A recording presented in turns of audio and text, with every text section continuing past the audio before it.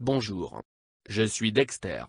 Je vous ai déjà proposé une vidéo dans laquelle nous avons vu à quoi ressembleraient les Pokémon s'ils étaient réels.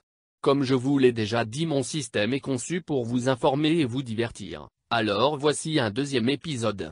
Cette fois nous n'allons pas voir 3 photos mais 5. En effet, quelques mises à jour ont été faites, ça fait du bien de se sentir évoluer. Je vous rappelle que pour contribuer aux mises à jour du système, il vous suffit de laisser un pouce bleu et de vous abonner. Vous pouvez vous amuser à deviner les Pokémon avant que je les nomme. Bon visionnage. Pour cette première image, on commence avec une famille de starters de la deuxième génération. Le plus jeune d'entre eux à droite est un Kaiminus. Celui-ci semble très intéressé par cet Aragdo devant lui. Au stade supérieur, Kaiminus devient un Crodrodile. C'est l'un des seuls Pokémon capables de briser la coquille d'un Karatroc avec sa mâchoire.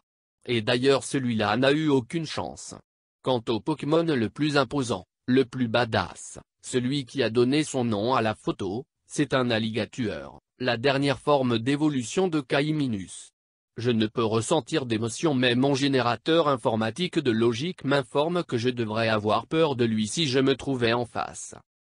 La deuxième photo nous emmène dans le désert. Le premier Pokémon que l'on remarque est un Bolibégon, très apprécié des biologistes. Le premier stade de son évolution est le Craquenois et le stade intermédiaire est Vibranymph. Celui-ci semble jouer avec ce Cacnea. On peut aussi apercevoir un Sablette et un Krabicoque au centre, ainsi qu'un Baguiguane à droite. Passons à la troisième photo qui plaira sans doute à beaucoup d'entre vous. Elle ne nous montre que 3 Pokémon. Le premier d'entre eux, le plus redoutable et convoité, est un Arcanin. Vous pouvez admirer sa crinière flamboyante. Sa préévolution est un Caninos. Je ne veux pas vous inquiéter mais ça semble mal barré pour ce Tortipousse. À présent, voyageons dans les abysses avec notre quatrième image qui n'est pas la moins impressionnante. Bien évidemment vous avez le colossal et majestueux Léviator entouré de ses congénères moins évolués les Magikarp. Ici nous avons un Crustabri et ses petits coquillas. Le Coquiperle quant à lui n'évolue pas en Crustabri. Il peut évoluer en Serpent ou en Rosabis. Nous avons aussi un Relicanth qui doit être centenaire en vue de sa taille, et un magnifique banc de tentacules en arrière-plan. Notre cinquième et dernière image est très intéressante et c'est une très belle photo de famille. Elle nous montre un petit Évoli en compagnie de toutes ses évolutions.